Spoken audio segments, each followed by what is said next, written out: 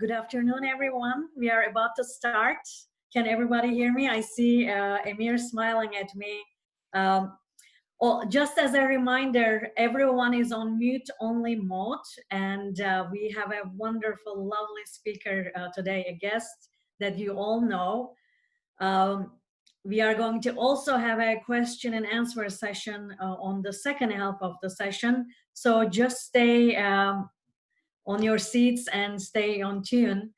Um, just to introduce Amir to everyone, Amir Eylon is the president of Longwoods Research, a very well-known research group, both internationally and here in the US.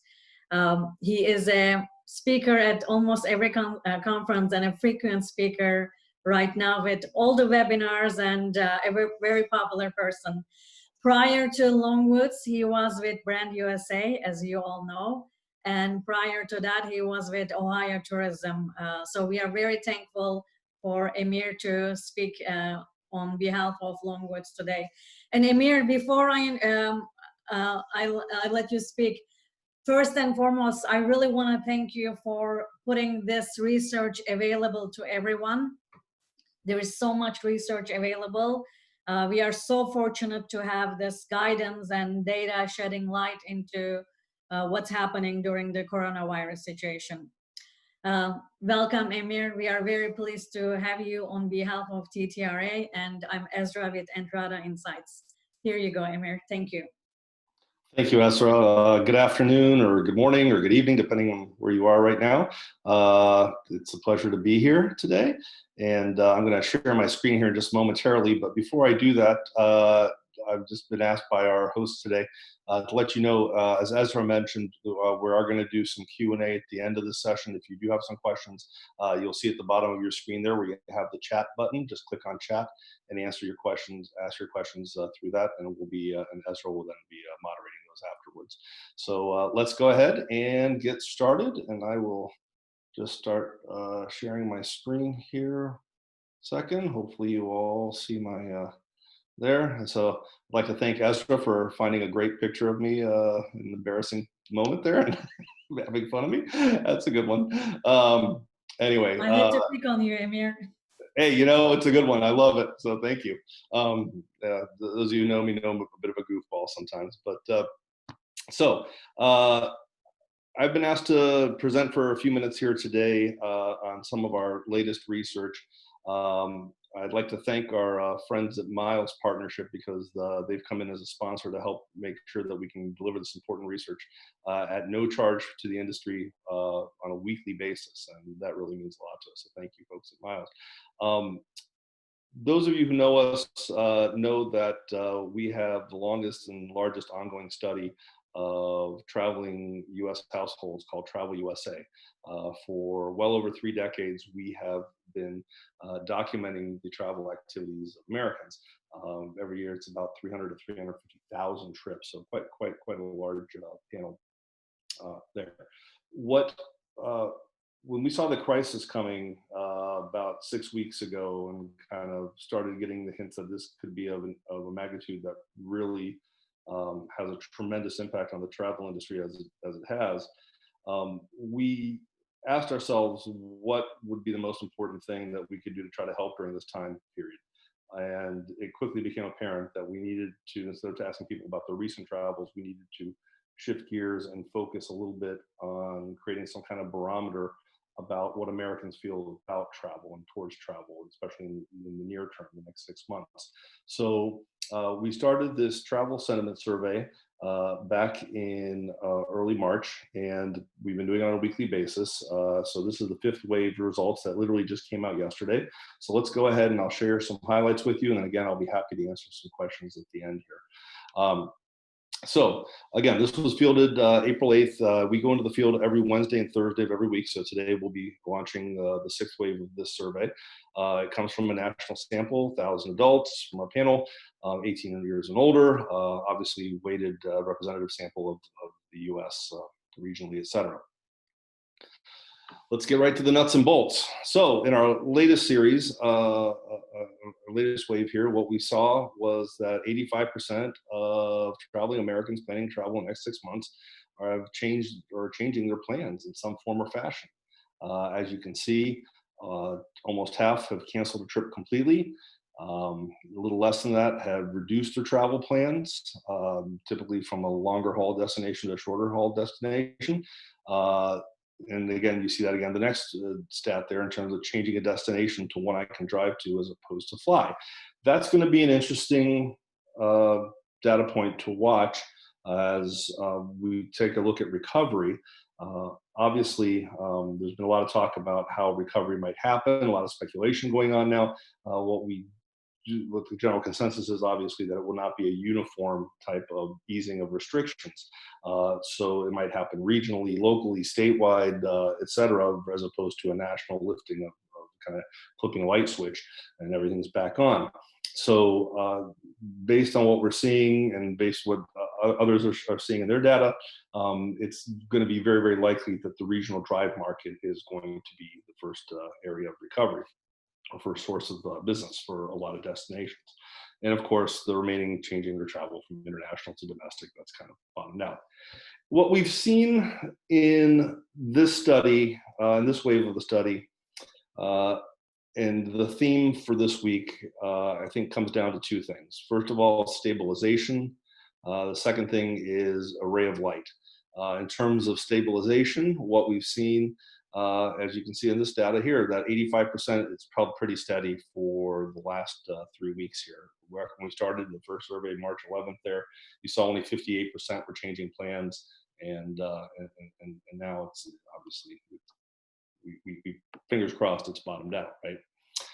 In terms of how they've changed plans, again, canceling travel, about half, that stayed pretty constant.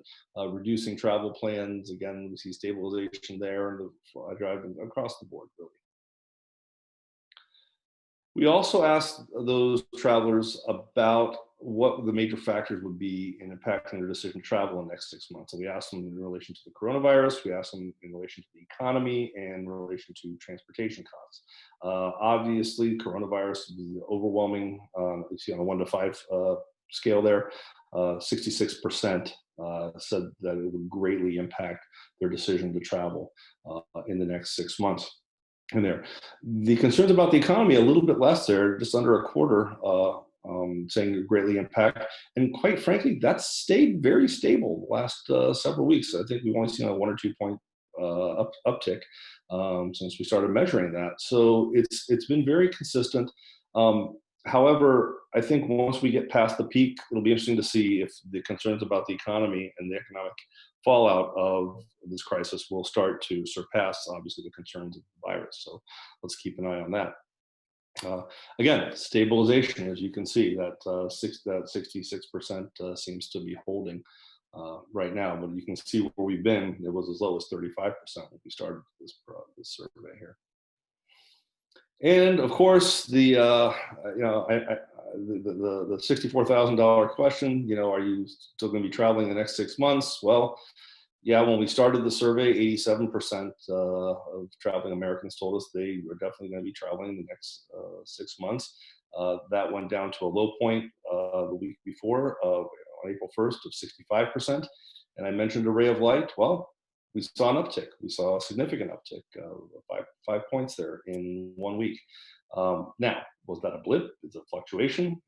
Or 1 week does not a trend make? So we are going to be keeping our eyes on that very carefully. And when and my analyst team knows that when Wave 6 comes out, that's going to be the first question I'm going to be looking for to see, has the intention started back up the curve, which would be nice to see in there.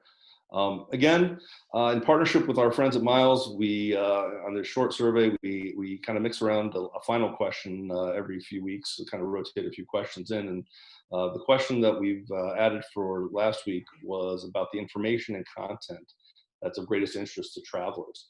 And as you can see, and obviously many DMOs, especially the DMOs on this call, many of you have already reflected a lot of your local marketing to to be a good communication and resource for this. But the delivery and takeout food options in your community, in your backyard, ways to support local businesses, etc. That's really a top of mind. But then you do see deals and offers for travel, dining, entertainment for future use. People, hey, make me a good deal, I'll buy something now to use later, etc. So there's some pretty good telling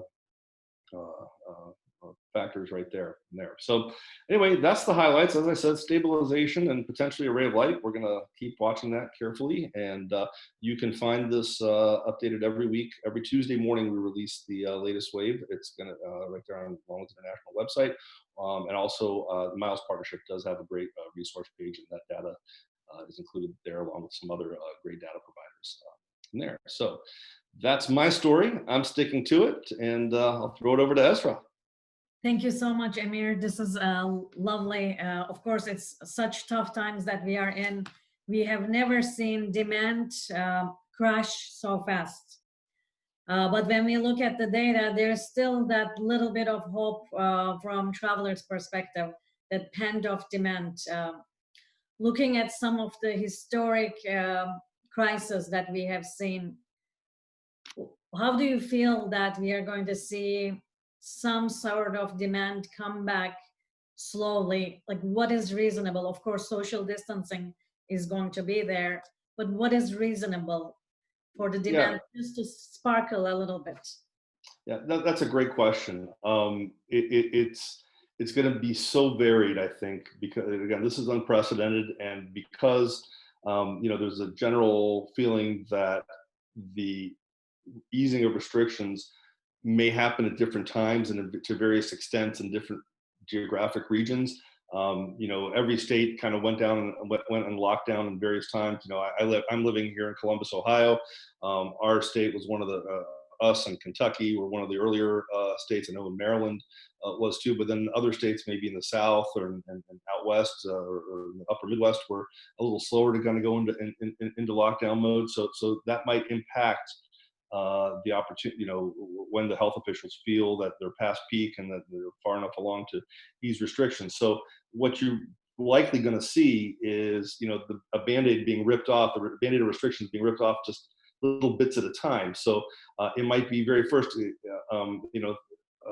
the travel and, local, and then, regional day trip, regional overnight, quick little weekend getaways, and then maybe, further on to the longer haul, national travel. Of course, international is going to be the longest to recover. But I think the one thing, it's not just about the pent up demand. It's also going to be very important to keep in mind that the traveler may have some underlying fears and caution. Safety is going to be a big issue here. And I think destinations and attractions and hotels and airlines and everybody is going to have to go the extra mile, not just selling the experience, but also selling the message that it is a clean and safe experience. Is going to help determine that as well. So a little hard to predict, but local first and then slowly expanding outward. Yeah, localism definitely we are expecting as a trend to get bigger. We have a question from Candace. Have you seen any differences in higher income versus lower income travelers in terms of their interest in traveling? Well, this was just a small 1,000 sample national sample survey in there, so we really didn't dig deep much into income and get into their interests and intent. So this is just a very general pulse check that we're taking. We don't want to bombard people are getting bombarded with surveys right now. We don't want to put them into lengthy surveys yet. When we start seeing when we start seeing the curve going back up, I think that's when we want to start digging a little bit more. Thank you, Amir. Jane has a question from Virginia Tourism, my old colleague. Are there any recent research studies that say how impactful or important the tourism industry is as a whole? Yeah, there's some great studies out there. Tourism economics associations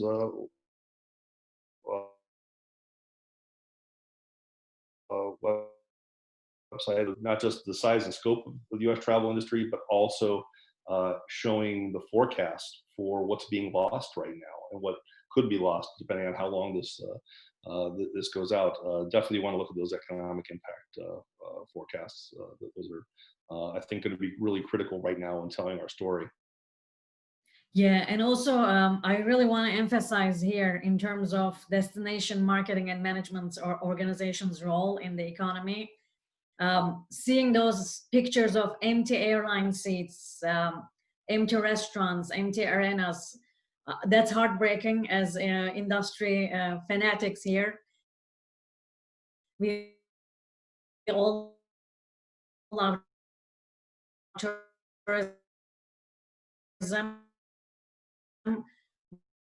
but roll that into offenses more and more, and the goodwill that's coming up from the DMOs is very impactful as well, from restaurants to all the events and messaging that DMOs are doing. But that will be a point that all the destinations are going to make, the importance of tourism right now, because the lost dollars are immense. It's double-digit decline in most locations. Amir, now changing gears to another question that we have gotten. You have mentioned about some sanitation guidelines, health concerns, and Nandi put a question out there regarding these mandatory restrictions and virus containment. And the question is about consumers changing attitudes, and how should DMOs and destinations use the findings based on what we are seeing from the sentiment and what's happening with mobility. Yeah, this new normal, and I hate saying that, but this new normal is going to be kind of dragged out and extended in various ways, right? When restrictions ease, what does going to a restaurant look like? Will they initially be at half capacity? Will you have to wear a mask there? Will your server be wearing gloves? What will a college football game look like this fall? In terms of seating and things like that, or will they be playing the empty stadiums or spaced out capacities? These things, the officials haven't released the new guidelines yet.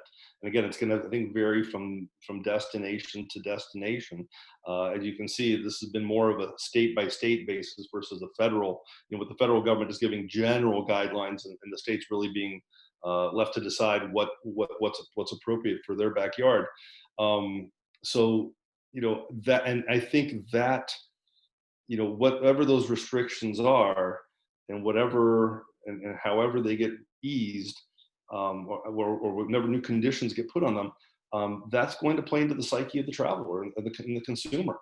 Which is, again, why I said earlier, it's going to be so important for individual businesses in our industry, as well as the destination marketers, to somehow send that message of that you're compliant, that you're going the extra mile, that it's a clean, safe environment in there, and you're doing what everything that you can to provide that clean, safe environment for your guests. And I really really kind of struggle with this, and how that's going to what is travel going to look like? Delta Airlines sent me an email last week. I don't know if some of you travel with Delta got it, but they said, Amir, for at least for the next little while, we will not fill the middle seats on our planes just to keep it socially distanced. We're going to be boarding people 10 at a time. And again, that's, we're getting this new distancing thing, increase. I mean, how many of you have gone for a walk in your neighborhood in the last couple of weeks as you've been sheltering in place?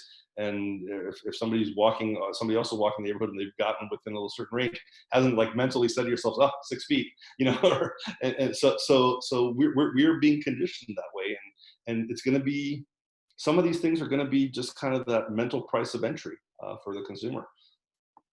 Yeah, we are all going to be clean freaks, and nobody's going to sit in the middle seat.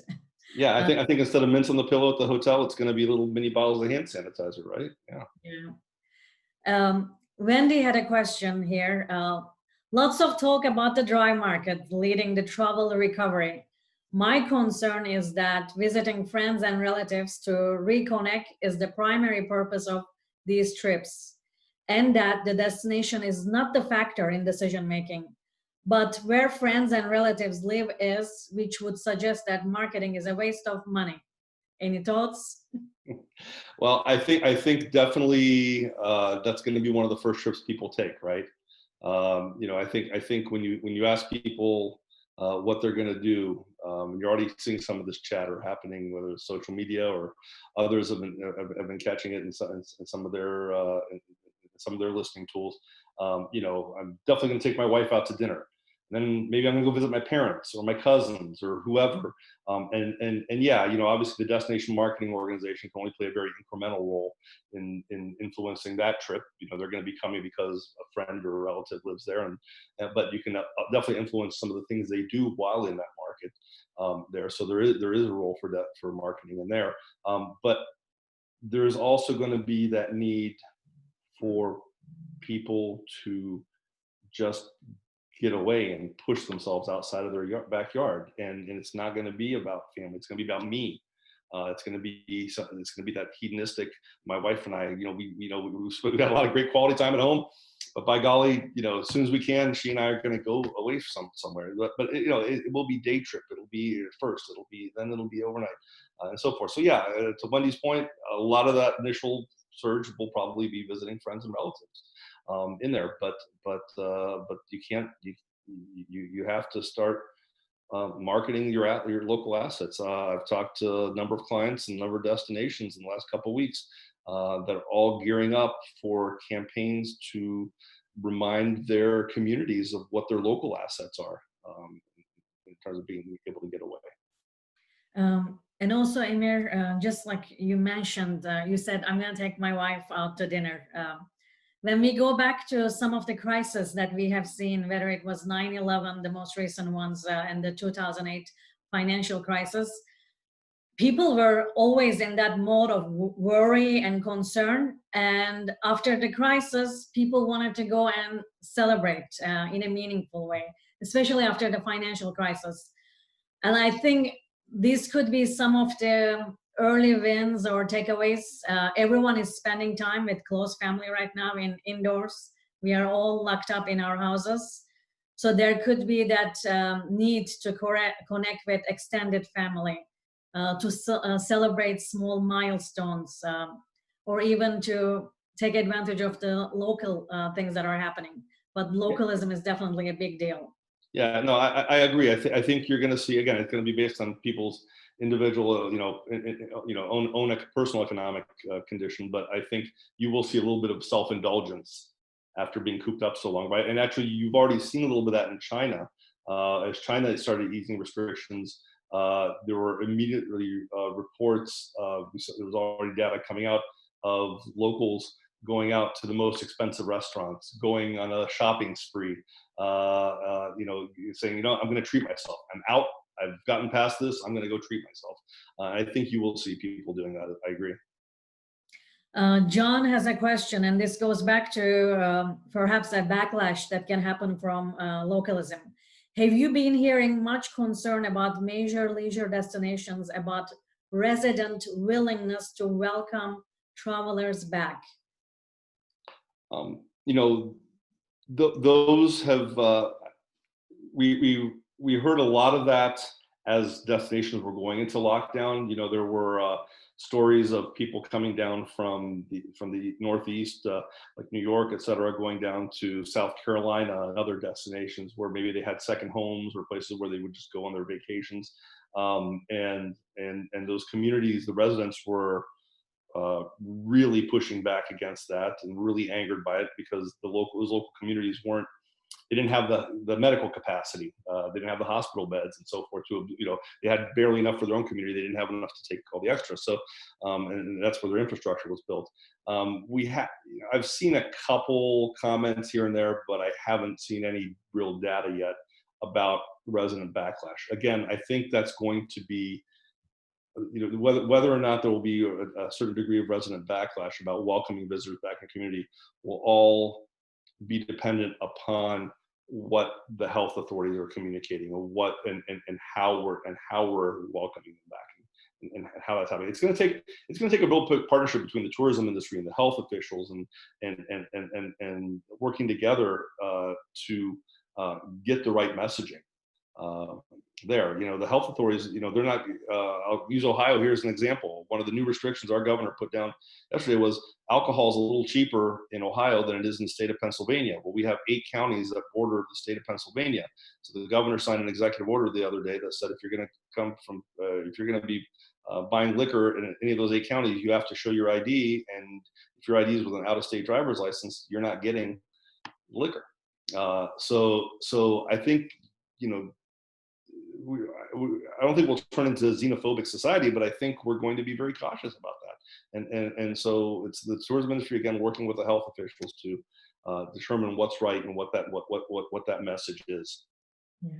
And Amir, I thought from your survey, it was interesting to see that interest for some of those virtual experiences.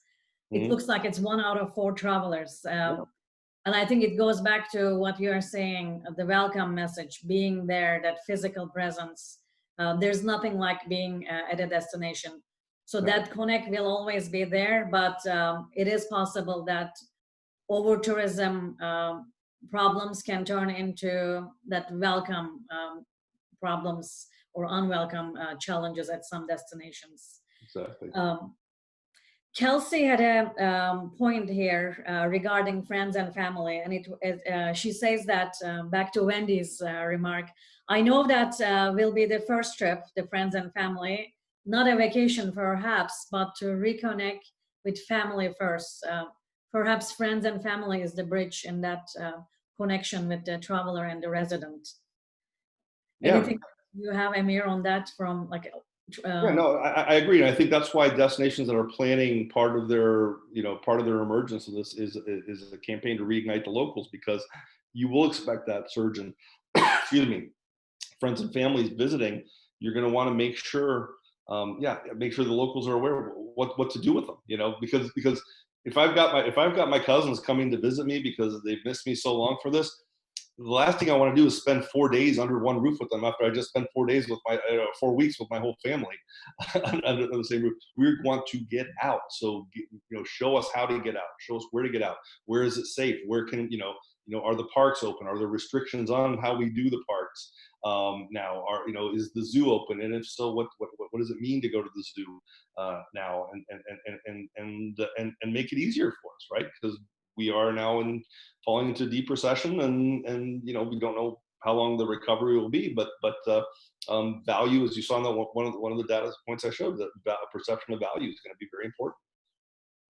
Yeah, and one value spectrum that we need to look at. Lauren has an excellent question here. There is other types of messaging, not just destinations. People have to know they will be safe, and that's a very explicit point.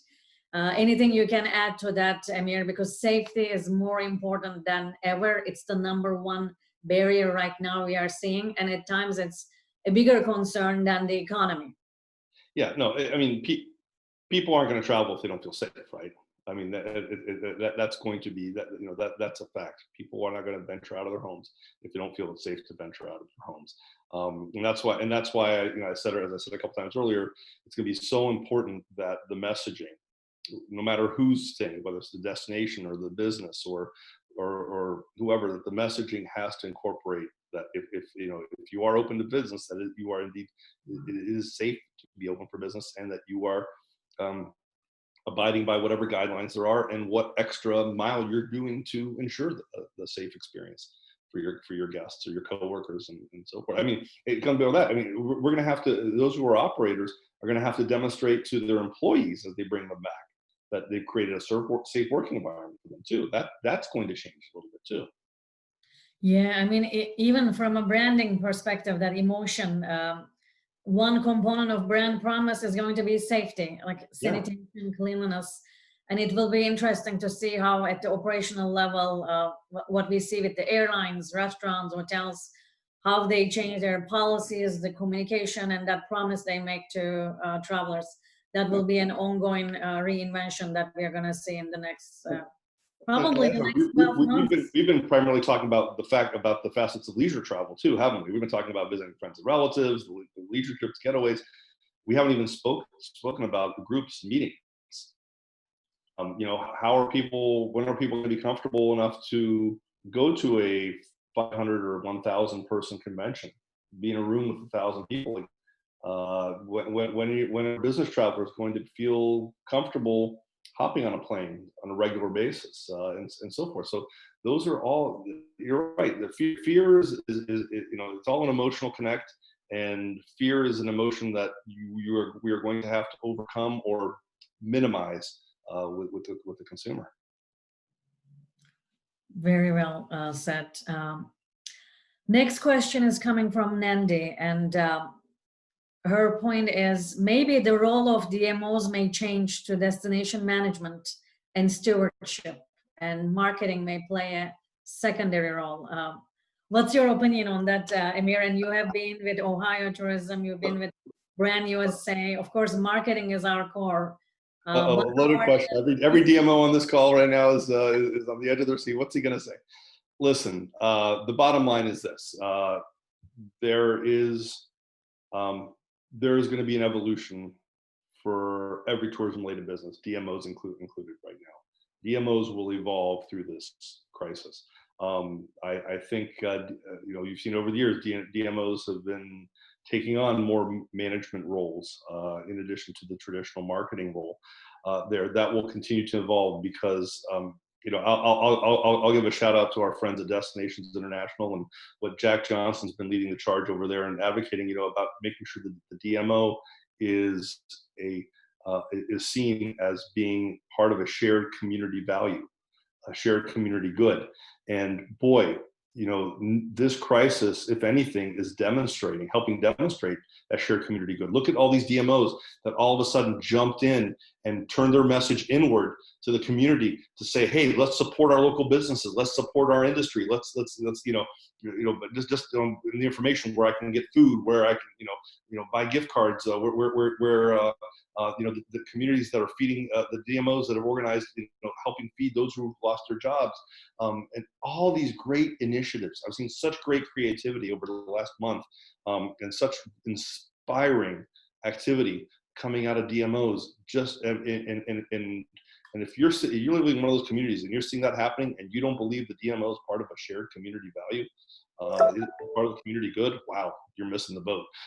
And so I think DMOs, I mean, this is a tragic circumstance that's going on right now, but it is such a great opportunity for the DMOs to rise to the occasion and begin telling their story in a slightly different way of how they contribute. You know, we've done a good job of telling the numbers. These are how many visitors come, and this is how much they spend, and this is the economic impact, how many people they employ, and the tax revenue. Well, guess what? It just got driven home to the whole country what happens when these people stop moving and they stop spending. And we see that, and how that permeates every facet of the local economy and the local community there. So let's rebuild that story. Take the data you have, take your story, you know, and you know, if you've got your data showing that 2019 was a record year for you or whatever, take that story, show you know, this is what you just lost. This is what you just lost. But don't worry, we're still here with you. Look what we're doing. We're helping the community with this, and this, and here's how we're going to work together with the community to bring our visitors back. Engage the residents. You know, we started doing a lot of resident sentiment research over the past year. We continue to do that. Even during this crisis, we actually have clients that are engaging the residents right now with us, and we look at it. You know, resident engagement couldn't be more important than it is right now. And guess what? You've got their attention because they're home. Yeah. And Amir, you mentioned about residents. Of course, with this shifting paradigms right now, the delicacy of the situation, residents have become the primary perspective, primary point, and all destinations are pivoting their goals. They're partnering with nonprofits. They're making sure that the wellness and livelihood of residents and the locality are protected. I would be very curious to see how that resident sentiment shifts in the next 6 months. We have seen that overall in history, when the economic downturn comes, residents are more pro-tourism. When things are just so good, the numbers are to the roof, they tend to take tourism for granted. It will be so interesting to see if that shifts and how we can align that triple bottom line in front of the consumers and communicate that messaging. Yeah, you're right. We'll be watching that very carefully for sure. You know, in a lot of the resident sentiment work that we've been doing thus far, we've seen there's a big sector of most communities of the residents that just aren't educated or don't feel they're educated on in the industry, the tourism activity, what the DMO is doing, what the tourism economy, the role the tourism economy plays in their community, and so forth. There's that big education gap there. Obviously, this crisis is helping drive some of those points home, but yeah, this would be a great opportunity. And I know a lot of DMOs obviously working on with skeleton crews right now, and obviously very pared down resources. But as you build your recovery plan, make sure there's a community engagement, resident engagement strategy incorporated in some form or fashion there, so that when you recover, and we will recover, and we will be better and stronger than before for sure. But when we get to that point, that our community doesn't forget what we delivered for them. Yeah, I completely agree. We are going to recover. It's going to take time, but it's going to happen. Another question, I believe this is from Wendy again. Hard for a DMO to shift to stewardship is primary when the primary funding is hotel tax. So this goes back to KPIs all being set up on tax dollars, and we are seeing all the DMOs being hit right now from a budget perspective. And as you know, all of us here, it's because the goals are set for short term. We don't have enough long-term goal setting. My thoughts about this. This is a really big industry pain point, sustainable budgets and KPIs.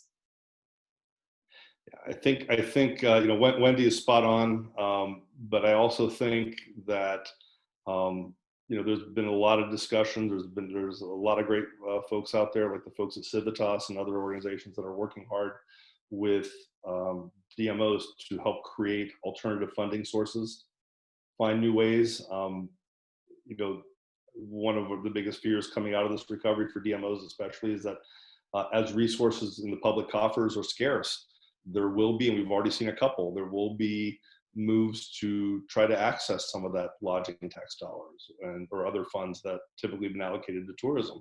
You know, that are, you know, pots of money that our industry is kind of held sacred. A lot of those funding models are going to have to evolve. There will be some creativity coming out of this, I'm sure. What's the solution? I don't know. Part of that may have to involve commitments to stewardship or other things.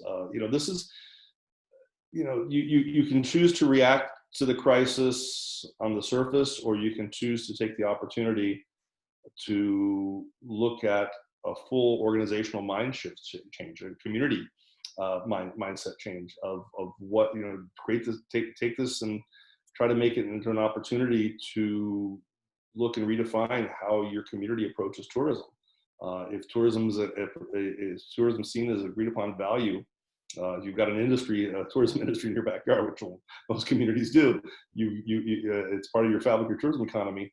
How does it, rather than it being this economy and that economy, how does tourism fit into?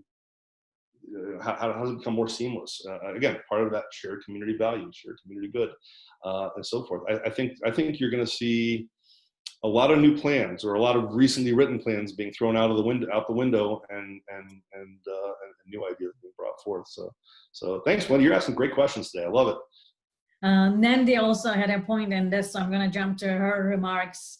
When budgets will get cut, everyone will be looking for new sources of funding. DMOs may have to think about other and new funding sources, sustainable funding. So that is definitely a pain point. I wish at some, in most destinations, we could create that opportunity of reserve funding for tourism to create resilience and to prepare for disasters or that uncharted events that could happen, those scenarios, that would have been like a really probably simpler task to accomplish, but reserve funds and perhaps could be a venue for resilience. Sure. Yeah, I mean, new models will emerge, I'm sure, and models that have been emerging will probably accelerate their development. Yeah, and I feel like sometimes times like this, some of the opinion leaders, especially for coastal destinations, who are so used to dealing with disasters, yeah, they could be such guides because they have dealt with so many of them. This is a different scale, but I think there could be some really good case studies there as well. Absolutely. You know, I've had some conversations with some of my colleagues and clients down in Louisiana and along the Gulf Coast and in recent weeks. And, you know, while the magnitude is tremendous, this is just another disaster, right? This is just another, and they've got the mindset and they've made adjustments in how they plan for things to get there. So for those of you who are not living in those areas, in those regions, talk to your colleagues in those areas. I think you'll find some interesting blueprints of how they've weathered. You got smaller storms than this one, but at the time were obviously significant impacts. Amy Potter has a point about resident backlash. Tybee Island, Georgia governor reopening the beaches in light of local ordinances. And we have seen this in some cities as well. Some of the parks were closed, some were open. There's that debate. It's good for the community, it's bad for the community. What is your perspective, Amir, looking at these public places? Should they be open, closed? I'm not a health official. I'm not. That's a health official call in there. What I think personally doesn't matter. It really doesn't. It's whatever the you hope whatever moves that our elected officials make are done in consultation with the health officials and in the best interest of safety and for the community. Things have been moving so quickly for the last several weeks.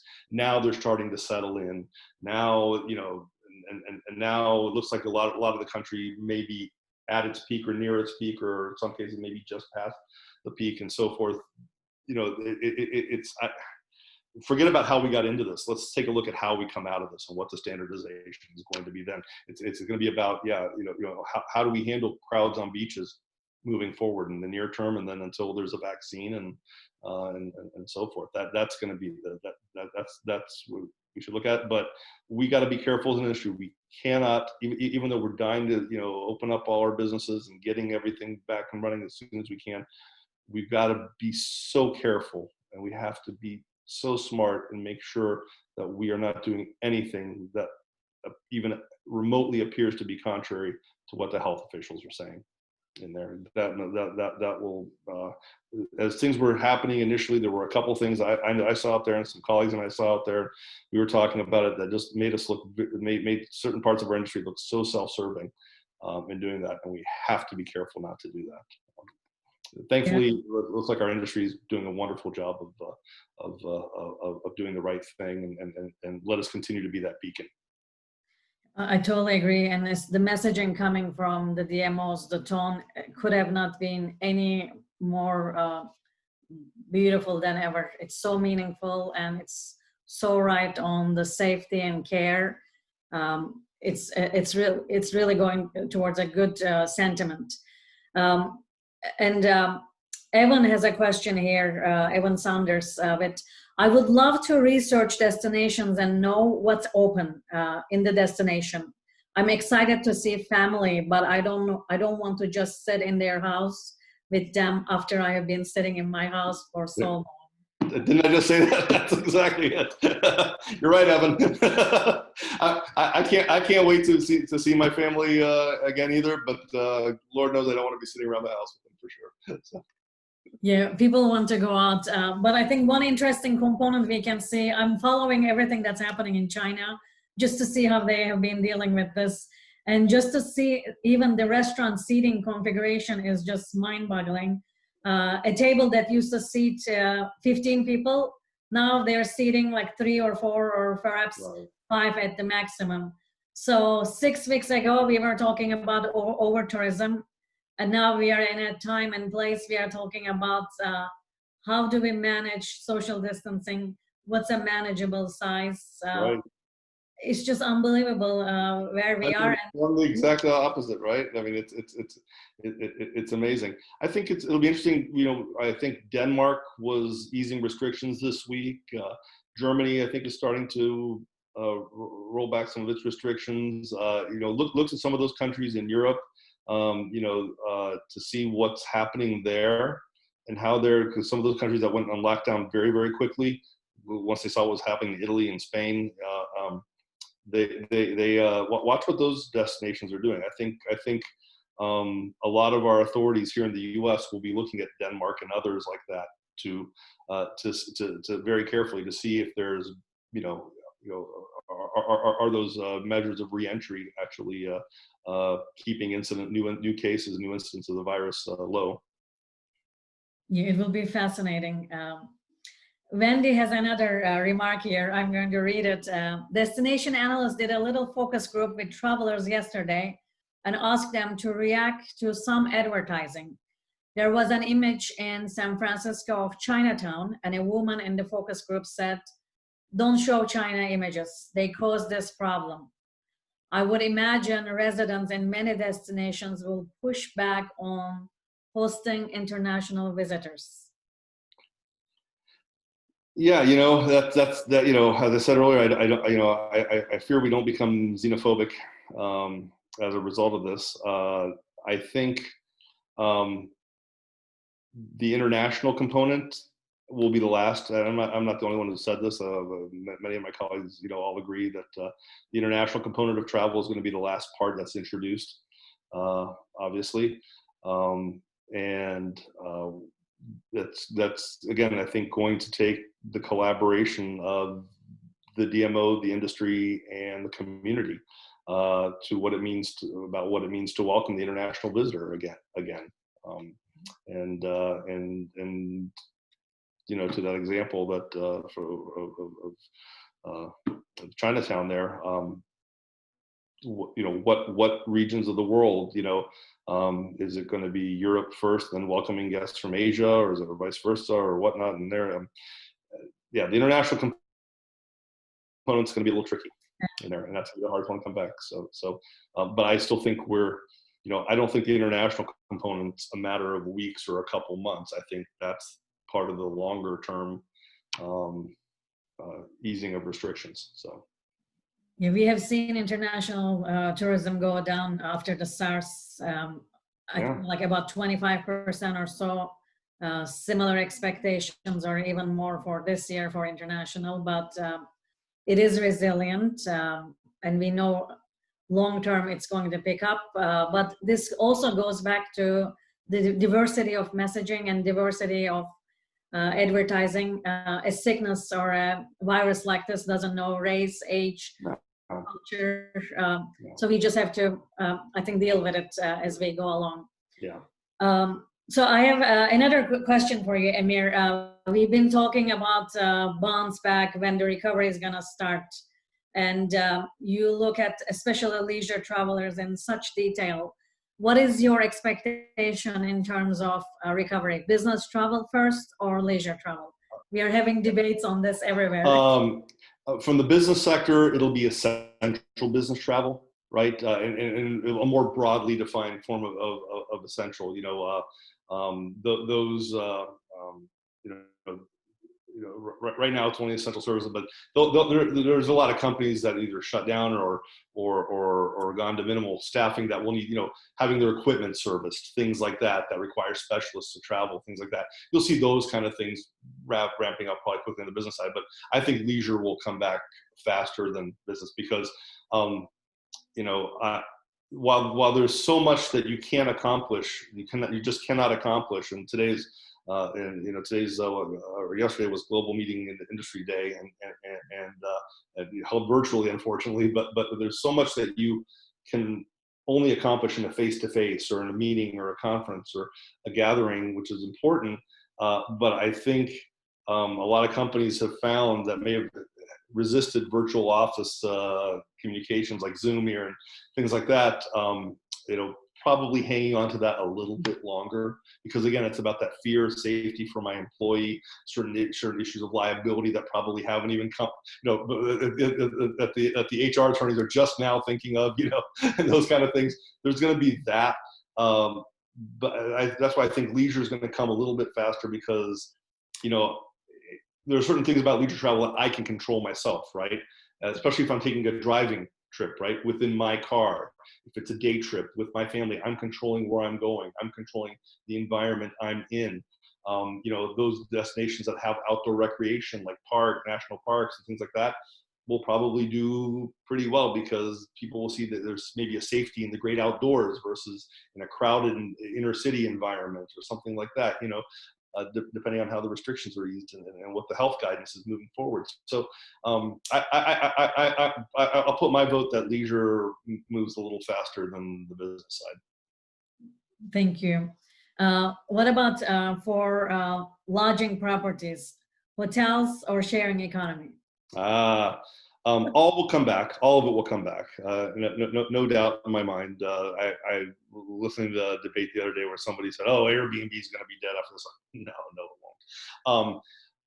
I think the brands, the larger hotel chains, the brands will have an initial leg up over sharing economy or independence, because Marriott and Hilton and IHG and all those guys will and you already see some of the communication going that way.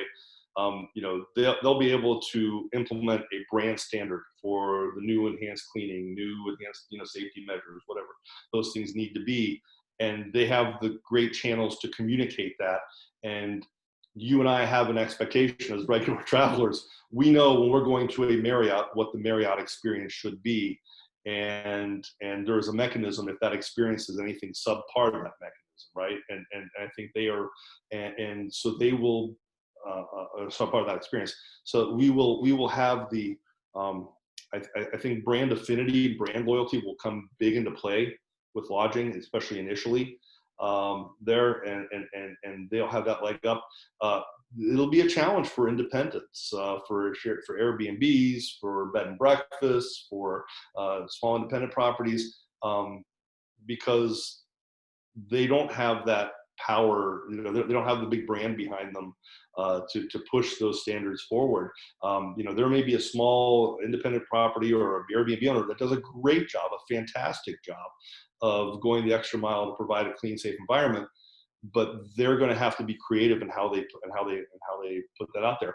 I honestly suspect there will be some type of role for those small, I think programs like Superior Small Lodging, those types of things, a little more industry self-policing type of things, and people will gravitate more to. You'll see these properties getting more into that type of accreditation type of programs that you can say that they're subscribing to these standards and so forth, and people will look for that as a price of entry, at least in the near term, right?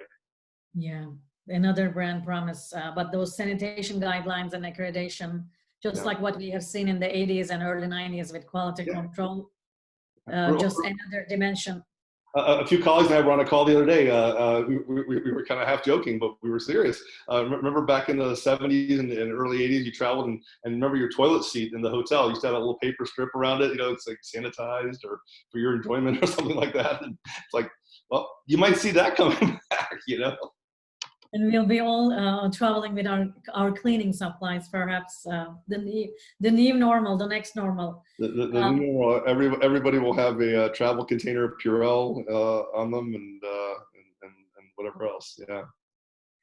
One more remark from one of the participants.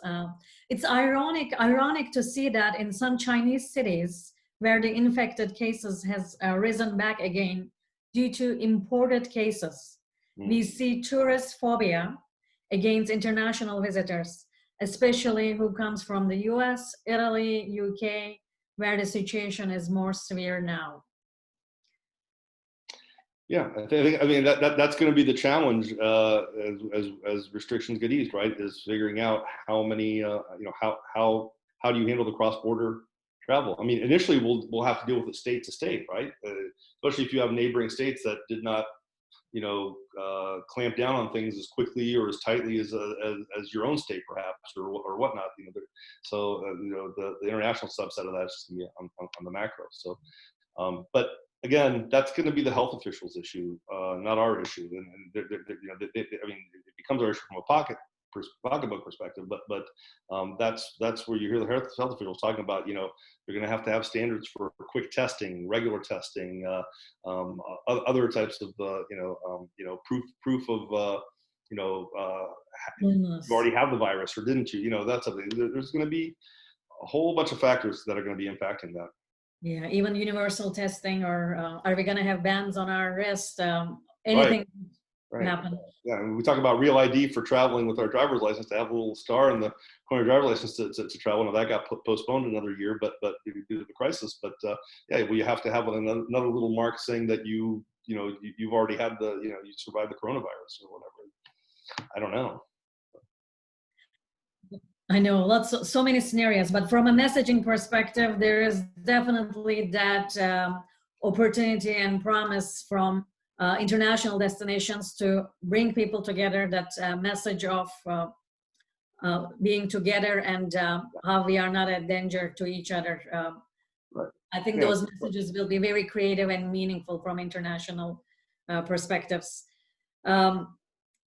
Any other remarks before we conclude the session, Amir? Anything that you would like to add? No, we're it's been a great conversation. It's been fun. Hopefully, our listeners and viewers today got something out of it, and a lot of great questions. We're going to keep doing this weekly and look for other updates. And then, if you're interested in kind of what we've been learning, and obviously a few months from now, praying we'll have been past this and well on our way towards recovery. Marketing Outlook Forum, I'll put a quick plug in for our friends at TTRA. It's still scheduled to go on as scheduled in Bethesda, October 5th through 7th. You can see on your screen there. And I will actually be presenting a session there at the conference on what we've learned through all this sentiment studies that we've been doing this year, tracking this. Amir, I sincerely thank you on behalf of TTRA for your time, for the effort, and for your knowledge that you have given us today. And your study is very valuable. Thank you for doing that on behalf of the industry. Thank you, everyone, for your wonderful questions, especially thought-provoking questions as we try to configure what tomorrow is going to look like.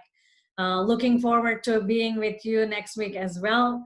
Thank you, and stay healthy. Take care of yourself. Thank you, Amir. Thank you. Thank you, everyone. Bye-bye. Bye.